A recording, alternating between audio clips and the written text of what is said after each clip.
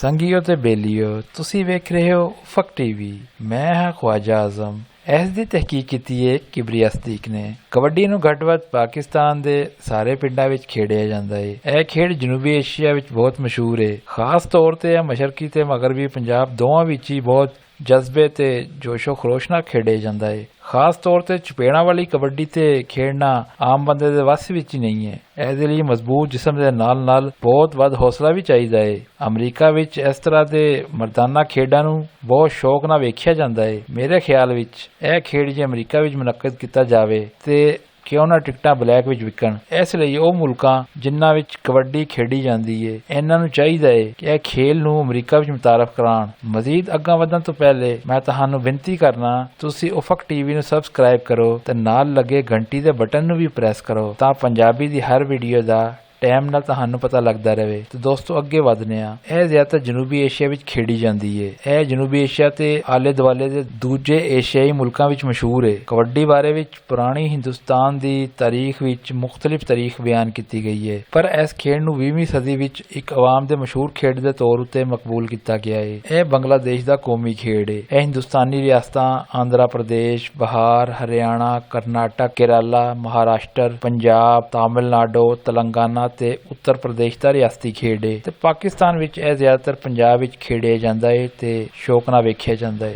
ਇਸ ਖੇਡ ਨੂੰ ਜਨੂਬੀ ਏਸ਼ੀਆ ਦੇ ਮੁਖਤਲਿਫ ਇਲਾਕਿਆਂ ਵਿੱਚ ਬਹੁਤ ਸਾਰੇ ਨਾਵਾਂ ਨਾਲ ਬੁਲਾਇਆ ਜਾਂਦਾ ਹੈ, ਜਿਵੇਂ ਆਂਧਰਾ ਪ੍ਰਦੇਸ਼ ਵਿੱਚ ਕਬੱਡੀ ਜਾਂ ਚੀਡੋ ਗੋਡੋ, ਮਹਾਰਾਸ਼ਟਰ, ਕਰਨਾਟਕ, ਕੇਰਲਾ ਔਰ ਤੇਲੰਗਾਨਾ ਵਿੱਚ ਕਬੱਡੀ, ਬੰਗਲਾਦੇਸ਼ ਵਿੱਚ ਕਬੱਡੀ ਜਾਂ ਹਾਡੋਡੋ, ਮਾਲਦੀਪ ਵਿੱਚ ਬਾਊਟਕ, ਪੰਜਾਬ ਦੇ ਇਲਾਕੇ ਵਿੱਚ ਕਬੱਡੀ ਜਾਂ ਕੌਡੀ, ਲਹਿੰਦੇ ਹਿੰਦੁਸਤਾਨ ਵਿੱਚ ਹੋਟੋ, ਚੜ੍ਹਦੇ ਹਿੰਦੁਸਤਾਨ ਵਿੱਚ ਹੋਡੋਡੋ, ਜਨੂਬੀ ਹਿੰਦੁਸਤਾਨ ਵਿੱਚ ਚੱਡਾ ਕੋਡੋ, ਨੇਪਾਲ ਵਿੱਚ ਕਾਪੜੀ ਤੇ ਤਾਮਿਲਨਾਡੂ ਵਿੱਚ ਕਬੱਡੀ ਜਾਂ ਸਾਤਗੋਡੋ। ਪੂਰੇ ਵਸੂਖ ਨਾਲ ਨਹੀਂ ਕਿਹਾ ਜਾ ਸਕਦਾ, ਮਗਰ ਮਜ਼ਹਬੀ ਕਾਇਦੇ ਤੇ ਨਜ਼ਰੀਆਤ ਵਿੱਚ ਦੱਸਿਆ ਗਿਆ ਹੈ। ਕਬੱਡੀ ਦਾ ਆਗਾਜ਼ ਪਹਿਲੀ ਵਾਰੀ ਕਦੀਮ ਹਿੰਦੁਸਤਾਨ ਦੇ ਵੈਦਿਕ ਦੌਰੀਆ ਮੌਜੂਦਾ ਈਰਾਨ ਦੇ ਸਿਸਤਾਨ ਦੇ ਇਲਾਕੇ ਵਿੱਚ ਹੋਇਆ ਸੀ। ਕਿਹਾ ਜਾਂਦਾ ਹੈ ਕਿ ਇਹ ਖੇਡ ਉਸ ਵੇਲੇ ਦੇ ਲੋਕਾਂ ਵਿੱਚ ਮਸ਼ਹੂਰ ਸੀ। ਟਕਰਮ ਦੇ ਇੱਕ ਬਿਆਨ ਵਿੱਚ ਕਿਹਾ ਗਿਆ ਹੈ ਕਿ ਕ੍ਰਿਸ਼ਨਾ ਦੇਵਤਾ ਨੇ ਜਵਾਨੀ ਵਿੱਚ ਇਹ ਖੇਡ ਖੇਡੀ ਸੀ, ਜਦ ਕਿ ਮਹਾਭਾਰਤ ਵਿੱਚ ਅਰਜਨ ਦਾ ਇਹ ਆਖਿਆ ਮੌਜੂਦ ਹੈ ਕਿ ਵੈਰੀਆਂ ਦੇ ਇਲਾਕੇ ਵਿੱਚ ਲੁਕੇ ਬੈਠੇ ਹੋਏ ਵੈਰੀਆਂ ਨੂੰ ਵੀ ਛੁਡਾ ਲਿਆ ਸੀ। ਇਹਦੇ ਬਾਰੇ ਵਿੱਚ ਇਹ ਦਾਅਵਾ ਕੀਤਾ ਜਾਂਦਾ ਹੈ ਕਿ ਉਹ ਕਬੱਡੀ ਦੇ ਖੇਡ ਦੇ ਬਾਰੇ ਵਿੱਚ ਸੀ। ਦੂਸਰੇ ਪਾਸੇ ਅਸੀਂ ਗੌਤਮ ਬੁੱਧ ਦੇ ਹਾਲਾਤ ਨੂੰ ਦੇਖਨੇ ਆ ਤਾਂ ਸਾਨੂੰ ਪਤਾ ਲੱਗਦਾ ਹੈ ਉਹ ਇਸ ਖੇਡ ਕੋਲੋਂ ਲੁਤਫ ਅੰਦੋਜ਼ ਹੁੰਦੇ ਰਹੇ ਨੇ। ਹਿੰਦੁਸਤਾਨ ਨੂੰ ਇਹ ਇਜਾਜ਼ ਹਾਸਿਲ ਹੈ ਕਿ ਕਬੱਡੀ ਖੇਡ ਬੁਨਿਆਦੀ ਤੌਰ ਉਤੇ ਇੱਥੇ ਹੀ ਮਸ਼ਹੂਰ ਹੋਈ ਤੇ ਇੱਥੇ ਹੀ ਇਹਨੂੰ ਪਸੰਦ ਕੀਤਾ ਗਿਆ। ਕਹਿੰਦੇ ਨੇ ਇਸ ਖੇਡ ਦਾ ਤਾਲੁਕ ਤਾਮਿਲਨਾਡੂ ਹਿੰਦੁਸਤਾਨ ਤੋਂ ਹੈ, ਜਿੱਥੋਂ ਇਹ ਖੇਡ ਦੀ ਇਬਤਦਾ ਹੋਈ। ਇਹਦੇ ਵਿੱਚ ਮੁਖਾਲਿਫ ਟੀਮ ਦੇ ਮੈਂਬਰਾਂ ਨੂੰ ਟੱਚ ਕਰਕੇ ਜਾਂ ਗੋਲ ਰੈਸਲਿੰਗ ਕਰਕੇ ਪੁਆਇੰਟਸ ਹਾਸਲ ਕੀਤੇ ਜਾਂਦੇ ਨੇ। ਕਬੱਡੀ ਦੀ ਅਸਲੀਅਤ ਦਾ ਪਤਾ ਇਹਦੇ ਤਾਰੀਖੀ ਦੌਰ ਵਿੱਚ ਲਗਾਇਆ ਜਾ ਸਕਦਾ ਹੈ, ਜਦੋਂ ਇਨਸਾਨਾਂ ਨੇ ਜਾਨਵਰਾਂ ਦੇ ਖਿਲਾਫ ਗਰੋਹਾਂ ਵਿੱਚ ਦਫਾ ਕਰਨਾ ਜਾਂ ਮਾੜੇ ਜਾਨਵਰਾਂ ਤੇ ਇਕੱਲੇ ਤੌਰ ਤੇ ਹਮਲਾ ਕਰਨਾ ਜਾਂ ਖੁਰਾਕ ਲੱਭਣ ਲਈ ਗਰੁੱਪਾਂ ਵਿੱਚ ਹਮਲਾ ਕਰਨਾ ਸਿੱਖਿਆ। ਕਬੱਡੀ ਬੁਨਿਆਦੀ ਤੌਰ ਤੇ ਇੱਕ ਜਨੂਬੀ ਏਸ਼ੀਅਨ ਖੇਡ ਹੈ, ਪਰ ਇਸ ਖੇਡ ਦੀ ਸ਼ੁਰੂ ਦੇ ਬਾਰੇ ਵਿੱਚ ਜ਼ਿਆਦਾ ਮਾਲੂਮਾਤ ਨਹੀਂ, ਪਰ ਇਸ ਗੱਲ ਦੇ ਪੱਕੇ ਸ਼ਵਾਹਿਦ ਮੌਜੂਦ ਨੇ ਕਿ ਇਹ ਖੇਡ 4000 ਸਾਲ ਪੁਰਾਣਾ ਹੈ। ਇੱਥੇ ਇੱਕ ਅਕੀਦਾ ਮਸ਼ਹੂਰ ਹੈ ਕਿ ਕਬੱਡੀ ਦੀ ਇਬਤਦਾ ਜਨੂਬੀ ਹਿੰਦੁਸਤਾਨੀ ਰਿਆਸਤ ਤਾਮਿਲਨਾਡੂ ਤੋਂ ਹੀ ਹੋਈ ਸੀ। ਵੈਸੇ ਤਾਂ ਕੌਡੀ ਜਾਂ ਕਬੱਡੀ ਬਹੁਤ ਸਾਰੇ ਤਰੀਕਿਆਂ ਨਾਲ ਖੇਡੀ ਜਾਂਦੀ ਹੈ, ਮਗਰ ਪੰਜਾਬ ਤੇ ਪਾਕਿਸਤਾਨ ਵਿੱਚ ਆਮ ਤੌਰ ਤੇ ਇਸ ਤਰ੍ਹਾਂ ਖੇਡੀ ਜਾਂਦੀ ਹੈ ਜਿਸ ਤਰ੍ਹਾਂ ਪੰਜਾਬੀ ਸਟਾਈਲ ਵਾਲੀ ਕਬੱਡੀ, ਜਿਹਨੂੰ ਦਾਇਰਾ ਸਟਾਈਲ ਵੀ ਕਿਹਾ ਜਾਂਦਾ ਹੈ। ਇਹ ਇੱਕ ਦਾਇਰੇ ਵਿੱਚ ਖੇਡੀ ਜਾਂਦੀ ਹੈ, ਜਦੋਂ ਕਿ ਦੂਜੇ ਤਰ੍ਹਾਂ ਦੀ ਇੱਕ ਮੁਸਤਤੀਲ ਵਰਗੇ ਮੈਦਾਨ ਵਿੱਚ ਖੇਡੀ ਜਾਂਦੀ ਹੈ। ਏਸ਼ੀਅਨ ਗੇਮਸ ਵਗੈਰੇ ਵੱਡੇ ਪੇਸ਼ਾਵਰ ਤੇ ਬੈਨਲ ਅਕਵਾਮੀ ਮੁਕਾਬਲਿਆਂ ਵਿੱਚ ਨਜ਼ਮੋ ਜ਼ਬਤ ਨਾਲ ਖੇਡੀ ਜਾਂਦੀ ਹੈ। ਹੁਣ ਅਸੀਂ ਤੁਹਾਨੂੰ ਦੱਸਾਂਗੇ ਇਹਦਾ ਮੈਦਾਨ ਕਿਹੋ ਜਿਹਾ ਹੁੰਦਾ ਹੈ। ਕੋਰਟ ਜਾਂ ਖੇਡ ਦਾ ਮੈਦਾਨ। ਇਹਦਾ ਕੋਰਟ ਡਾਜ ਬਾਲ ਖੇਡ ਜਿੰਨਾ ਵੱਡਾ ਹੁੰਦਾ ਹੈ। ਕੋਰਟ ਦੀ ਪੈਮਾਇਸ਼ 12.5 ਮੀਟਰ ਜ਼ਰਬੇ 10 ਮੀਟਰ ਹੁੰਦੀ ਹੈ। ਕੋਰਟ ਦੇ ਦਰਮਿਆਨ ਵਿੱਚ ਇੱਕ ਲਾਈਨ ਖਿੱਚੀ ਹੁੰਦੀ ਹੈ ਜਿਹੜੀ ਉਹਨੂੰ ਦੋ ਹਿੱਸਿਆਂ ਵਿੱਚ ਵੰਡਦੀ ਹੈ। ਕਬੱਡੀ ਫੈਡਰੇਸ਼ਨ ਦੇ ਮੁਤਾਬਿਕ ਕੋਰਟ ਦਾ ਮਾਪ 13 ਮੀਟਰ ਜ਼ਰਬੇ 10 ਮੀਟਰ ਹੁੰਦਾ ਹੈ। ਕਬੱਡੀ ਜਾਂ ਕਬੱਡੀ ਖੇਡਣ ਦਾ ਤਰੀਕਾ। ਦੋ ਟੀਮਾਂ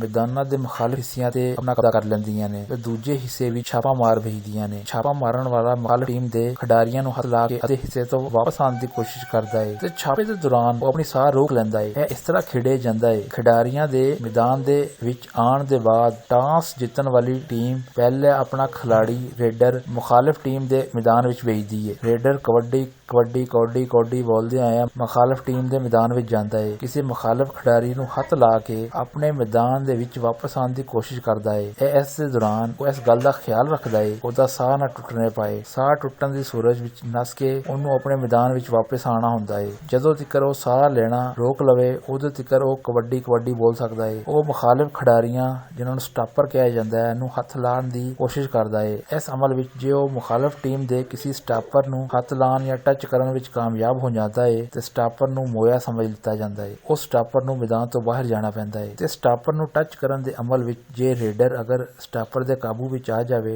ਉਹਨੂੰ ਮੋਇਆ ਜਾਂ ਮਰਿਆ ਹੋਇਆ ਮੰਨ ਲਿੱਤਾ ਜਾਂਦਾ ਹੈ। ਇਹ ਅਮਲ ਦੋਵਾਂ ਟੀਮਾਂ ਵੱਲੋਂ ਵਾਰੀ-ਵਾਰੀ ਚੱਲਦਾ ਰਹਿੰਦਾ ਹੈ। ਛਾਪੇ ਦੇ ਦੌਰਾਨ ਛਾਪਾ ਮਾਰਨ ਵਾਲਾ ਲਾਜ਼ਮੀ ਤੌਰ ਤੇ ਉੱਚੀ ਆਵਾਜ਼ ਵਿੱਚ ਕਬੱਡੀ ਕਬੱਡੀ ਕਬੱਡੀ ਕਬੱਡੀ ਦਾ ਨਾਰਾ ਲਾਉਂਦਾ ਹੈ। ਹਰ ਛਾਪੇ ਦੇ 30 ਸੈਕਿੰਡ ਦੀ ਹੱਦ ਨਾਫਿਜ਼ ਕਰ ਦਿੱਤੀ ਜਾਂਦੀ ਹੈ। ਖੇਲ ਦਾ ਵੇਲਾ ਜਾਂ ਟਾਈਮ, ਇਹ ਖੇਡ 20-20 ਮਿੰਟ ਦੇ 2 ਹਿੱਸਿਆਂ ਵਿੱਚ ਖੇਡਿਆ ਜਾਂਦਾ ਹੈ, ਪਰ ਜੇ ਆਰਗੇਨਾਈਜ਼ਰ ਚਾਹਣ ਤੇ ਇਹਦੇ ਇੱਕ ਹਿੱਸੇ ਦਾ ਵੇਲਾ 10 ਜਾਂ 15 ਮਿੰਟ ਕਰ ਸਕਦੇ ਨੇ। ਹਰ ਟੀਮ ਵਿੱਚ 5-6 ਸਟਾਪਰ ਫੜਨ ਵਿੱਚ ਮਹਾਰਤ ਰੱਖਣ ਵਾਲੇ ਖਿਡਾਰੀ ਹੁੰਦੇ ਨੇ। ਇਹਨਾਂ ਨੂੰ ਜਾਫੀ ਵੀ ਕਿਹਾ ਜਾਂਦਾ ਹੈ। 4-5 ਰੇਡਰ ਹੱਥ ਲਾ ਕੇ ਨੱਸਣ ਵਾਲੇ ਮਾਹਿਰ ਖਿਡਾਰੀ ਹੁੰਦੇ ਨੇ। ਇੱਕ ਵਾਰੀ ਵਿੱਚ ਸਿਰਫ 4 ਸਟਾਪਰਾਂ ਨੂੰ ਮੈਦਾਨ ਵਿੱਚ ਉਤਰਨ ਦੀ ਇਜਾਜ਼ਤ ਹੁੰਦੀ ਹੈ। ਜਦੋਂ ਵੀ ਸਟਾਪਰ ਕਿਸੇ ਰੇਡਰ ਨੂੰ ਆਪਣੇ ਮੈਦਾਨ ਤੋਂ ਬਾਹਰ ਜਾਣ ਤੋਂ ਰੋਕ ਲੈਣ ਉਹਨਾਂ ਨੂੰ ਇੱਕ ਪੁਆਇੰਟ ਹਾਸਿਲ ਹੁੰਦਾ ਹੈ, ਪਰ ਅਗਰ ਰੇਡਰ ਇਹਨਾਂ ਨੂੰ ਹੱਥ ਲਾ ਕੇ ਨੱਸ ਕੇ ਆਪਣੇ ਮੈਦਾਨ ਵਾਲੇ ਹਿੱਸੇ ਵਿੱਚ ਪਹੁੰਚ ਜਾਵੇ ਤਾਂ ਉਹਦੀ ਟੀਮ ਨੂੰ ਪੁਆਇੰਟਸ ਮਿਲ ਜਾਂਦਾ ਹੈ। ਇਹਦੇ ਮੈਚ ਉਮਰ ਤੇ ਵਜ਼ਨ ਦੀ ਬੁਨਿਆਦ ਤੇ ਖੇਡੇ ਜਾਂਦੇ ਨੇ, ਪਰ ਅੱਜ ਕੱਲ੍ਹ ਸਵਾਣੀਆਂ ਇਸ ਖੇਡ ਵਿੱਚ ਹਿੱਸਾ ਲੈ ਰਹੀਆਂ ਨੇ। ਪੂਰੇ ਮੈਚ ਦੀ ਨਿਗਰਾਨੀ 7 ਲੋਕ ਕਰਦੇ ਨੇ, ਇੱਕ ਰੈਫਰੀ, 2 ਅੰਪਾਇਰ, 2 ਲਾਸਟਮੈਨ, ਇੱਕ ਟਾਈਮ ਕੀਪਰ ਤੇ ਇੱਕ score keeper. Pakistan kabaddi federation ਦਾ ਕਿਆਮ 1964 ਵਿੱਚ ਅਮਲ ਵਿੱਚ ਆਇਆ। ਪਹਿਲਾ ਕੌਮੀ ਸਤਹ ਦਾ ਕਬੱਡੀ ਟੂਰਨਾਮੈਂਟ 1986 ਵਿੱਚ ਖੇਡਿਆ ਗਿਆ ਸੀ। ਮੀਆਂ ਮੁਹੰਮਦ ਯਾਸੀਨ ਵੱਟੂ ਪਹਿਲੇ ਸਦਰ ਤੇ ਚੌਧਰੀ ਮੁਹੰਮਦ ਸਦੀਕ ਫੈਡਰੇਸ਼ਨ ਦੇ ਪਹਿਲੇ ਜਨਰਲ ਸੈਕਟਰੀ ਮੁੰਤਖਬ ਹੋਏ ਸਨ। ਹੁਣ ਅਸੀਂ ਰੋਸ਼ਨੀ ਪਾਵਾਂਗੇ ਕਿ ਕਬੱਡੀ ਦਾ ਵਰਲਡ ਕੱਪ ਓਲੰਪਿਕ ਵਿੱਚ ਇਹ ਖੇਲ ਨੂੰ ਕਿਸ ਤਰ੍ਹਾਂ ਪਜ਼ੀਰਾਈ ਮਿਲਦੀ। 1920 ਵਿੱਚ ਪਹਿਲੀ ਵਾਰੀ ਇਹਦੇ ਬਕਾਇਦਾ ਮੁਕਾਬਲਿਆਂ ਦਾ ਆਗਾਜ਼ ਹੋਇਆ ਸੀ। 1938 ਵਿੱਚ ਹਿੰਦੁਸਤਾਨੀ ਓਲੰਪਿਕ ਖੇਡਾਂ ਦੇ ਪ੍ਰੋਗਰਾਮ ਆਲ ਇੰਡੀਆ ਵਿੱਚ ਇਹਦੇ ਮੁਕਾਬਲਿਆਂ ਨੂੰ ਮੁਨੱਕਦ ਕੀਤਾ ਗਿਆ ਸੀ। 1950 ਵਿੱਚ ਕਬੱਡੀ ਫੈਡਰੇਸ਼ਨ ਬਣੀ ਤੇ ਇਹ ਨਈ ਦਿੱਲੀ 1951 ਦੇ ਏਸ਼ੀਅਨ ਗੇਮਸ ਦੇ ਸਥਾਈ ਖੇਡ ਤੌਰ ਤੇ ਇਹਨੂੰ ਸ਼ਾਮਿਲ ਕੀਤਾ ਗਿਆ। ਇਸ ਤਰ੍ਹਾਂ ਹੌਲੇ-ਹੌਲੇ ਬੈਨ-ਏ-ਅਕਾਮੀ ਮੁਕਾਬਲਿਆਂ ਵਿੱਚ ਪਿੰਡਾਂ ਦੇ ਇਸ ਰਿਵਾਇਤੀ ਖੇਡ ਨੂੰ ਇੱਕ ਬਾਜ਼ਾਬਤਾ ਖੇਡ ਬਣਾਉਣ ਵਿੱਚ ਆਪਣਾ ਹਿੱਸਾ ਪਾਇਆ। ਕਬੱਡੀ ਨੂੰ ਪਹਿਲੀ ਵਾਰੀ ਬਰਲਿਨ ਵਿੱਚ 1936 ਦੇ ਗਰਮ ਮੌਸਮ ਓਲੰਪਿਕਸ ਵਿੱਚ ਇੱਕ ਮੁਜ਼ਾਹਰੇ ਖੇਡ ਦੇ ਤੌਰ ਤੇ ਖੇਡਿਆ ਗਿਆ ਸੀ। 1990 ਵਿੱਚ ਬੀਜਿੰਗ ਵਿੱਚ ਮੁਨੱਕਦਾ ਏਸ਼ੀਅਨ ਗੇਮਸ ਵਿੱਚ ਪਹਿਲੀ ਵਾਰੀ ਇਸ ਖੇਡ ਨੂੰ ਸ਼ਾਮਿਲ ਕੀਤਾ ਗਿਆ ਸੀ। 8 ਮੁਲਕਾਂ ਨੇ ਹਿੱਸਾ ਲਿਆ, ਜਿਨ੍ਹਾਂ ਵਿੱਚ ਹਿੰਦੁਸਤਾਨ, ਚੀਨ, ਜਾਪਾਨ, ਮਲੇਸ਼ੀਆ, ਸ੍ਰੀਲੰਕਾ, ਪਾਕਿਸਤਾਨ ਤੇ ਬੰਗਲਾਦੇਸ਼ ਸ਼ਾਮਲ। ਹਿੰਦੁਸਤਾਨ ਨੇ ਤਮਗਾ ਜਿੱਤਿਆ ਸੀ। ਇਹਦੇ ਬਾਅਦ 1994 ਵਿੱਚ ਹੀਰੋਸ਼ੀਮਾ, 1998 ਵਿੱਚ ਬੈਂਕਾਕ, 2002 ਵਿੱਚ ਬੋਸਾਨ ਵਿੱਚ ਉਹਨੇ ਹੀ ਏਸ਼ੀਅਨ ਗੇਮਸ ਵਿੱਚ ਕਾਮਯਾਬੀ ਹਾਸਲ ਕੀਤੀ ਸੀ। 1982 ਵਿੱਚ ਦਿੱਲੀ ਵਿੱਚ ਹੋਣ ਵਾਲੇ ਏਸ਼ੀਅਨ ਗੇਮਸ ਵਿੱਚ ਤੇ ਫਿਰ 1990 ਵਿੱਚ ਸ਼ੁਰੂ ਹੋਣ ਵਾਲੇ ਏਸ਼ੀਅਨ ਗੇਮਸ ਦੇ ਪ੍ਰੋਗਰਾਮ ਵਿੱਚ ਕਬੱਡੀ ਸ਼ਾਮਿਲ ਕਰ ਦਿੱਤੀ ਗਈ। ਕਬੱਡੀ ਵਰਲਡ ਕੱਪ ਪਹਿਲੀ ਵਾਰੀ 2004 ਵਿੱਚ ਖੇਡਿਆ ਗਿਆ ਸੀ। ਇਹ 2007, 2010, 2016, 2020 ਵਿੱਚ ਵੀ ਖੇਡਿਆ ਗਿਆ ਸੀ। 2016 ਤੱਕ ਭਾਰਤ ਕਬੱਡੀ ਵਰਲਡ ਕੱਪ ਵਿੱਚ ਨਾਕਾਬਲੇ ਸ਼ਿਕਸਤ ਚੈਂਪੀਅਨ ਸੀ, ਪਰ 2020 ਵਿੱਚ ਫਾਈਨਲ ਵਿੱਚ ਪਾਕਿਸਤਾਨ ਨੇ ਉਹਨੂੰ ਸ਼ਿਕਸਤ ਦੇ ਕੇ ਉਹਦਾ ਨਾਕਾਬਲੇ ਸ਼ਿਕਸਤ ਰਹਿਣ ਦਾ ਮਾਣ ਤੋੜ ਦਿੱਤਾ ਹੈ। ਈਰਾਨ 2 ਵਾਰੀ ਰਨਰ ਅਪ ਰਿਹਾ ਹੈ। ਜਨੂਬੀ ਕੋਰੀਆ 2010 ਵਿੱਚ ਰਨਰ ਅਪ ਰਿਹਾ। ਸਵਾਣੀਆਂ ਦਾ world cup women's kabaddi world cup ਪਹਿਲੀ ਵਾਰੀ ਹਿੰਦੁਸਤਾਨ ਵਿੱਚ ਬਾਹਰ ਪਟਨਾ ਵਿੱਚ 2012 ਵਿੱਚ ਖੇਡਿਆ ਗਿਆ ਸੀ। ਚੈਂਪੀਅਨਸ਼ਿਪ ਵਿੱਚ ਭਾਰਤ ਨੇ ਈਰਾਨ ਨੂੰ ਫਾਈਨਲ ਵਿੱਚ ਸ਼ਿਕਸਤ ਦੇ ਕੇ ਜਿੱਤਿਆ। ਉਮੀਦ ਹੈ ਵੀਡੀਓ ਤੁਹਾਨੂੰ ਜ਼ਰੂਰ ਪਸੰਦ ਆਏਗੀ। ਇਸ ਵੀਡੀਓ ਨੂੰ ਲਾਈਕ, ਕਮੈਂਟ, ਸ਼ੇਅਰ ਜ਼ਰੂਰ ਕਰੋ। ਸ਼ੁਕਰੀਆ।